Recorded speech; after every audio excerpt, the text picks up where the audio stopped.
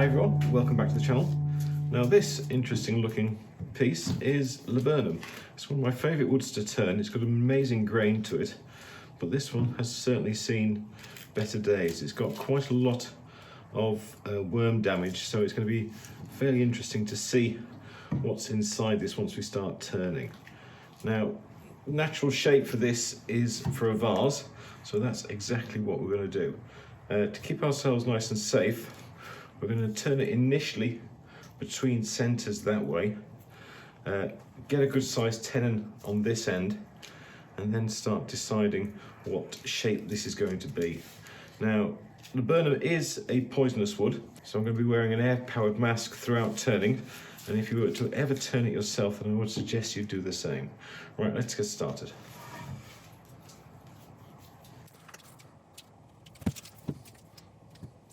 I've just made a couple of marks, top and bottom, where my best guess for the centre is. And we're going to get this on the lathe between centres. That wasn't a bad first guess. That looks pretty central. Okay, nice and safely on the lathe between centres. Everything's locked off and tight.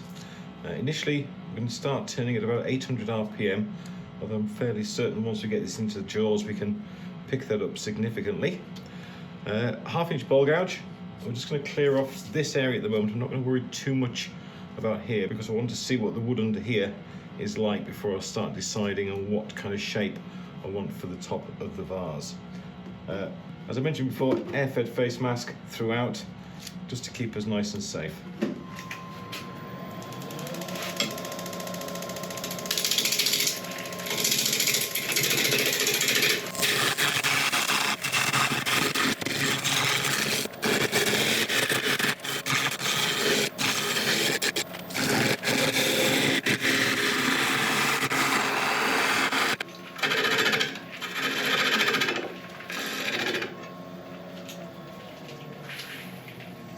Okay, it's not looking too bad. We've got a bit of cracking on the surface along here.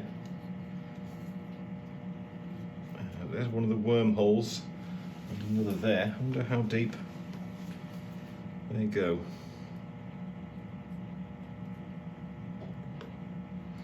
Okay. I'm hoping they only go as deep as the sapwood. If you've not seen me turn laburnum before, then the sapwood itself is this really nice light colour, whereas the heartwood is this wonderful dark brown, and over time it goes even darker, and it really is quite beautiful. Right, okay, we're going to carry on going, but in a couple of minutes I'll start marking out for a tenon so we can get it into a nice pair of jaws. We'll use the heavy duty jaws today, I think.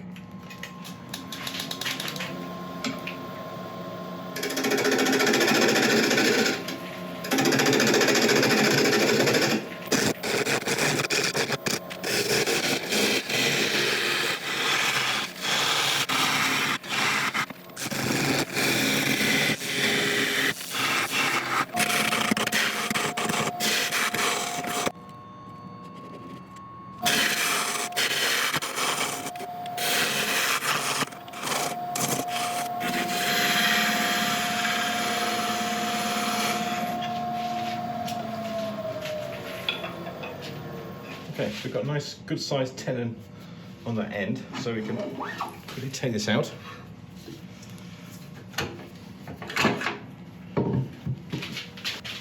Remove our drive spur.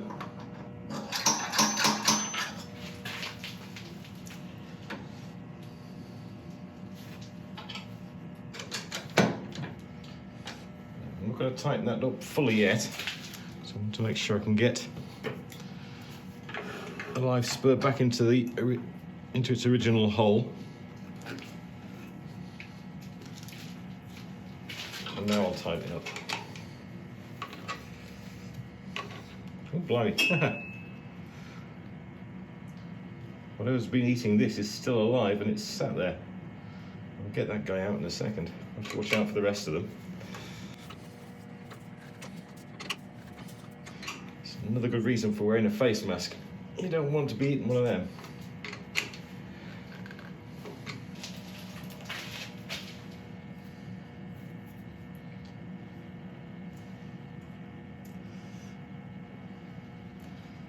Okay, it's only half of him. There.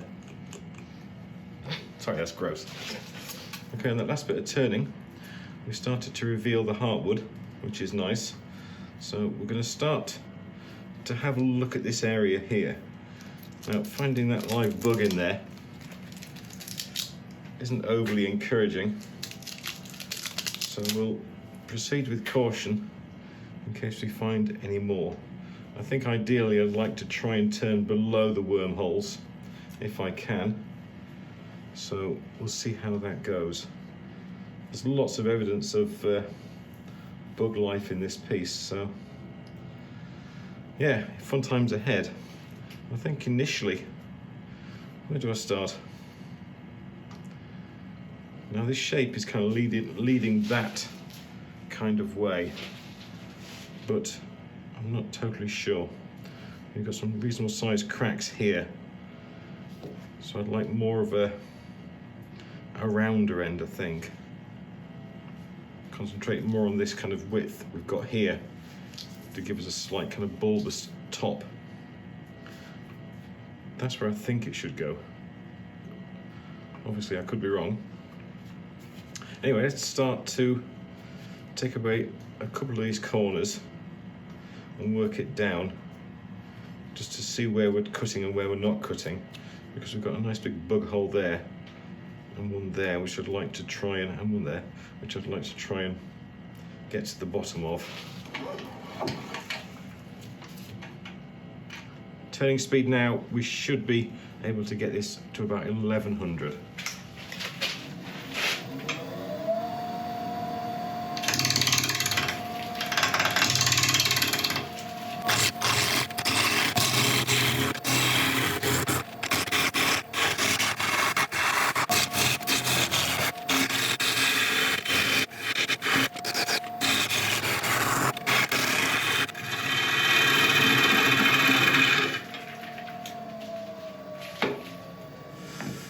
Okay, there's another bug,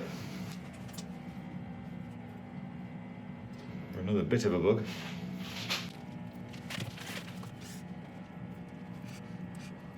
Right, I don't mind wormholes. That's in that piece we had last week, but they were completely clean, no chance of anything being inside.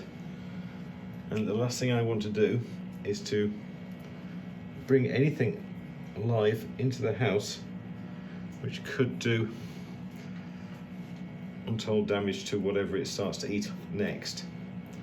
So with that in mind, I think we need, with this piece, to start getting past them. Let's see where that leaves us. See, there you are. Where are you off to?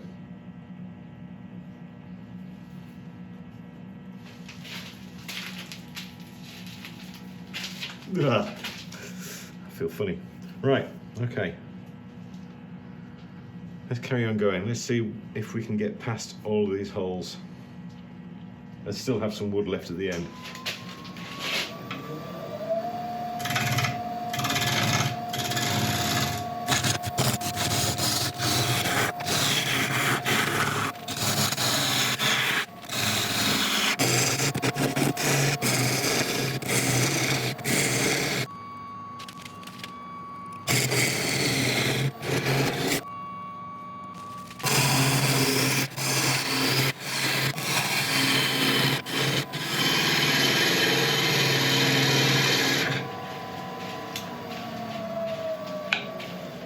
I think we've eradicated most of the problems from that top area. Still got a crack there, but I'm not going to worry too much about that at the moment. This area here looks like something's backfilled, so that's only in that top little piece there, so we can soon get rid of that in a little while. So I'm going to continue working down this piece, clearing all these bug holes. I've never had a piece designed by a bug before, but it looks like this is what's going to happen. Right, we'll carry on.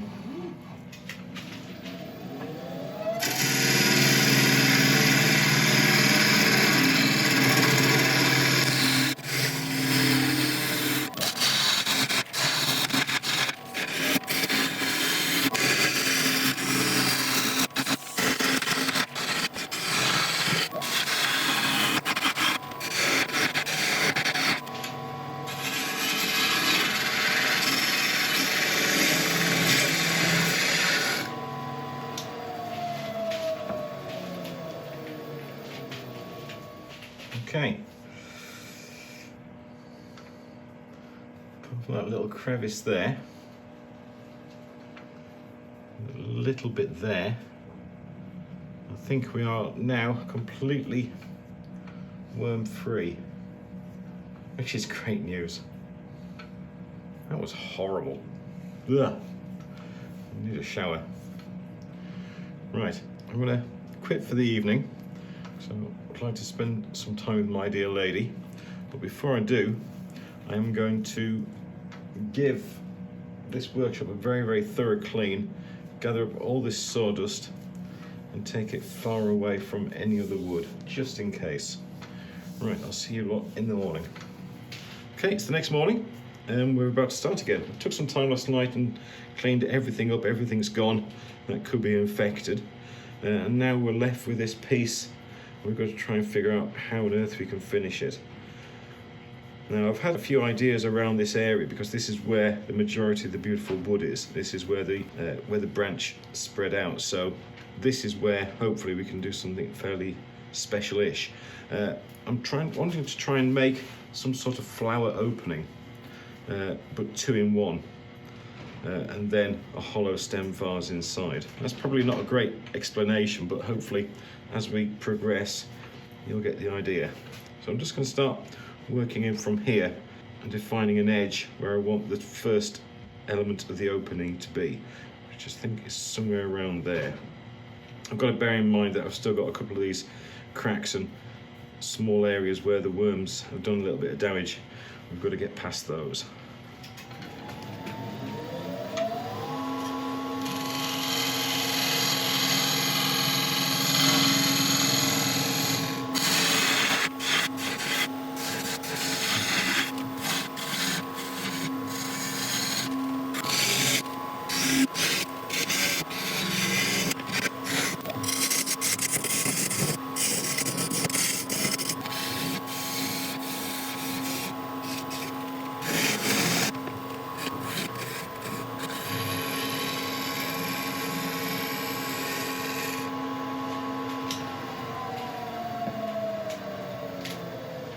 Okay, that's the start of this top opening, and I must admit at the moment I am not loving it. I'll carry on with it for now. If the worst comes to the worst, we'll end up just using this as the top and then make the rest to match. Now, in order to really carry on much with this, I can't have the tailstock in that place, so I'm going to start creating the shape for the rest of the vase, and then we're going to have to use the steady rest on here so I can start working on this.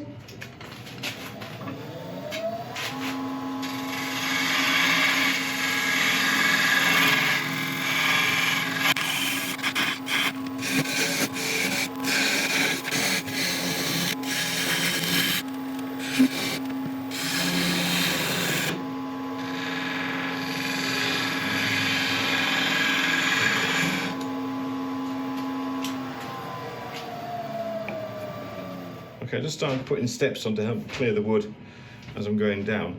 Now I'm actually quite liking that kind of step pattern, so I might progress that further down until we start going out the other way and see how it looks.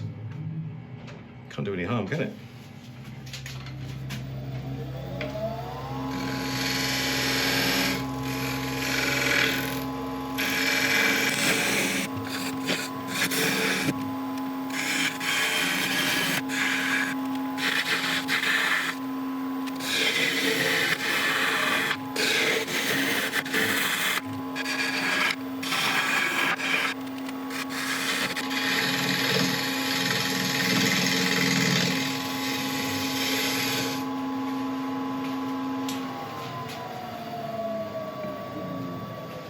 Starting to doubt myself now whether those steps are nice or not. I think one is, maybe two at the most. I think the rest are, it's either too wide or it just doesn't suit it. I'm not quite sure exactly which one it is. It could be both. Right, I'll go and sharpen up again and have a think. Okay, I've had a think. And what I'm intending to do, right or wrong, I'll live with the consequences, is I'm going to just take this edge a little bit further down, remove these into a nice fine stem, and then this curve we've got here, I'll continue it onto this top bit and do a small goblet size entrance to the vase on the top, and then we'll hollow it out. I think that is going to, I have no idea, it's going to anyway. There's no way of finishing that sentence. I'm being truthful. I don't know if it'll look better or not, but that's what we're going to do.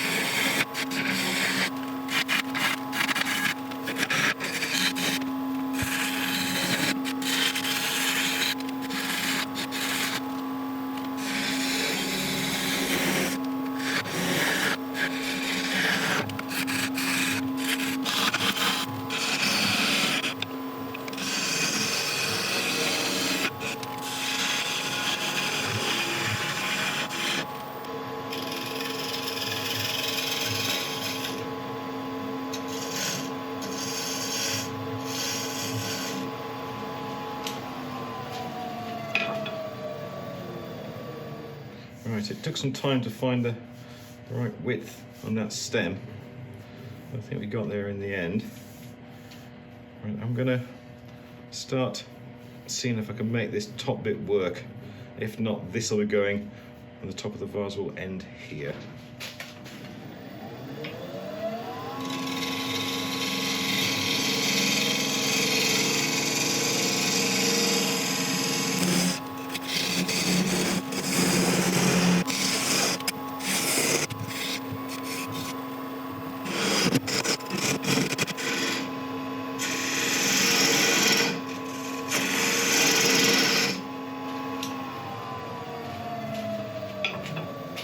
Okay, I think we can keep it like that for now. The top of this flat here would be where the inner vase would start. It would be like a goblet shape inside, and then go down to about there, I'd imagine. So it has some use. Right, and still need to just refine this edge because I've got a couple of bits of tear out. I think I need just to thin this down a fraction, and then I don't think I'm going to sand first, but we'll need to bring up the steady rest so we can start to hollow that bit out.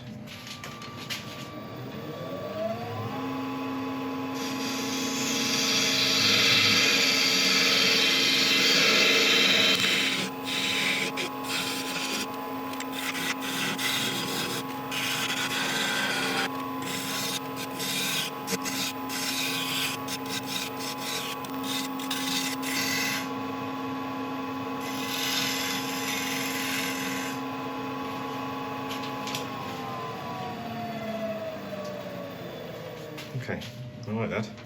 Right, I'm going to get up my steady rest, and then we'll start on this top area. Okay, we've got the steady rest in place.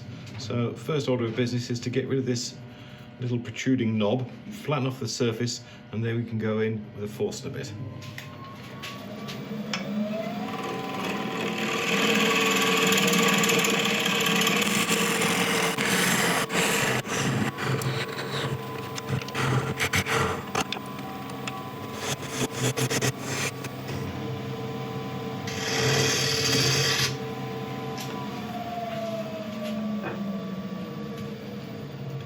Okay, that's all nice and flat. I've just created a little dip there, just something for the Forstner bit to sit into, so it doesn't try and wiggle its way offline as it goes in.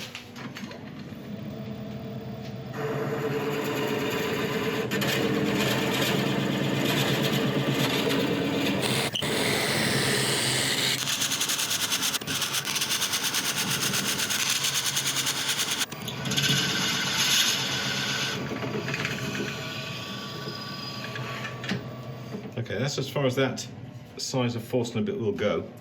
As you can see by the darkening around here, we're releasing a lot of moisture from the piece, and there's a lot of heat in there as well. So I'm going to let this cool down a fraction, and then I'm going to go in with a slightly larger Forstner bit, go down a little bit deeper to around there, and then I'll bring you back. Okay, it's all nice and dry, it's cooled off, so we can start hollowing this out. I'm just intending to turn this end section into like a goblet shape inside, and then feather it in to the rest of the opening. I'm going to start off with a 3/8 inch bowl gouge. This is the Pro Comfort one from Record Power, but after a little while I may swap to a hollowing carbide from Hope.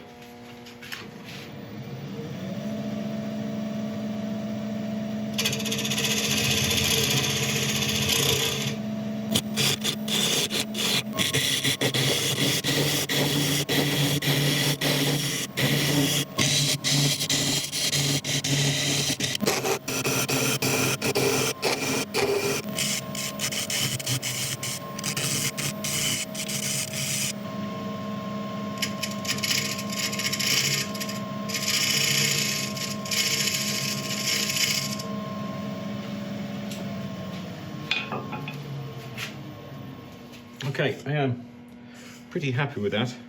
I've got a beautiful little cup inside. I've sorted out this edge, and I think it's looking all right. It's definitely looking unusual, but sometimes unusual is okay.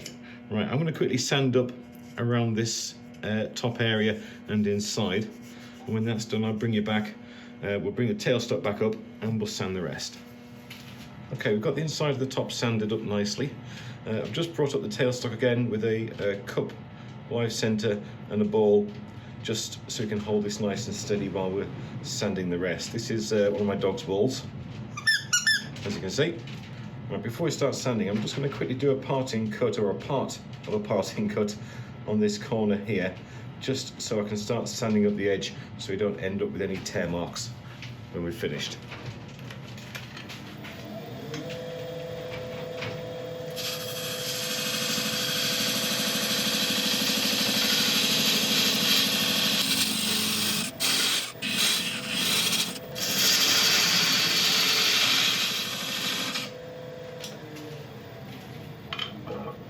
Okay, that'll do that. I'm going to set up for sanding. I'll let you watch a bit of it, and I'll bring you back when we're done.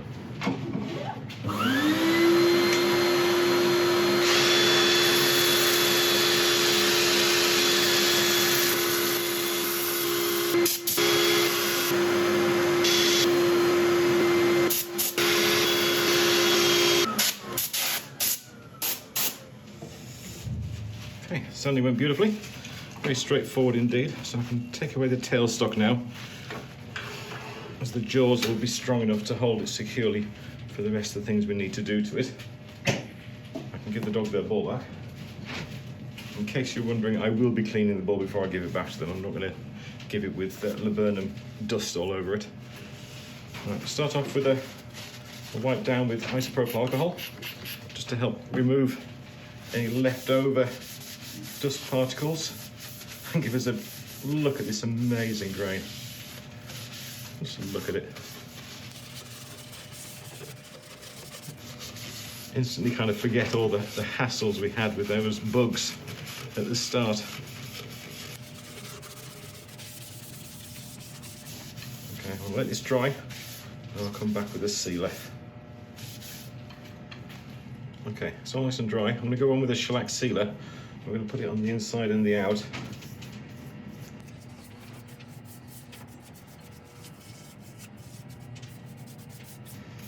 You don't want to put on overly thick coats of sealer, because it can get sticky and gloopy.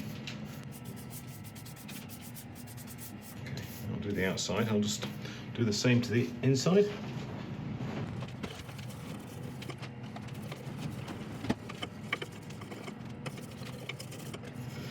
That's got that.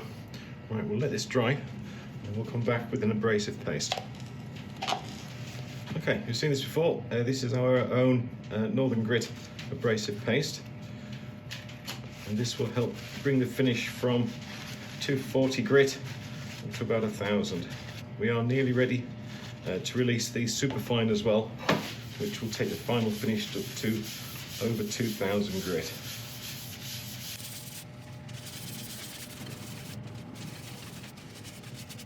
I'll apply it to the inside as well, but only as far down as my fingers will go. That's all you need for the inside. And don't forget to wear eye protection when you're rubbing it in.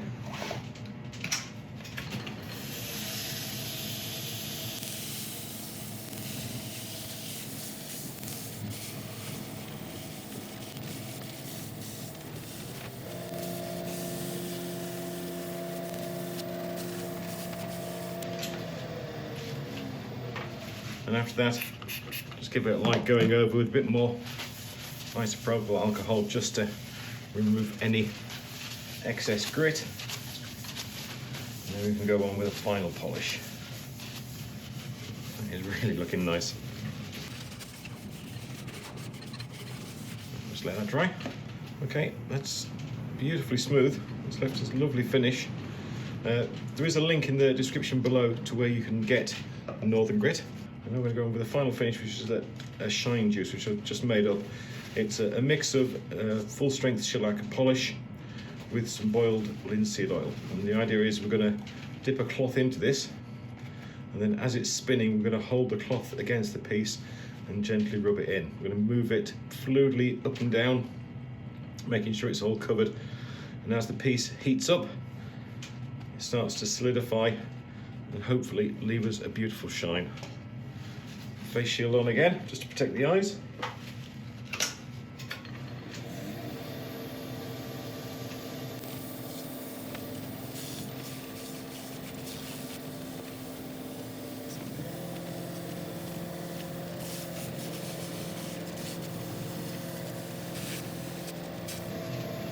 Okay, I'll have it tidy up, I'll pot this off, and then we'll take a look. Well, there we go. A laburnum vase, partly designed by Bugs. I found this one a bit of a challenge. Although I'd never really go into a piece knowing or having an idea of what I'm going to make, the initial shape of the wood was leaning me in certain directions, and then to have everything thrown out the window when we had to take away all the wood that was infested, leaving with a random piece of wood, and then having to come up with a shape from that, I did find a little bit challenging, but we got there in the end. We went through a few different design iterations, and I don't mind it. The top is unlike anything I've done before. It really is quite unusual, but I think it works well, especially with the grain in the wood round there. Please let me know what you think in the comments below. I'm really pleased with the finish we managed to get on this piece. Laburnum always polishes up well, and using the abrasive paste has given us a chance to put a really nice shine on this. The best way to get a good shine is to have the initial surface as smooth as you can get it. The smoother the finish, the more chance you have of getting a good shine on it. And using an abrasive paste just helps prevent you having to use the higher grit papers and putting a lot of dust into the atmosphere, so it's slightly better for you as well. Anyway, please let me know what you think. Remember, if you do leave a comment below, you are going to be entered into the next giveaway. And if you've liked this one, I would really appreciate a like and subscribe and all the usual things. And if you could share it, then that would be absolutely amazing. But apart from that, thank you very much indeed for watching, and I'll see you next time. Thank you.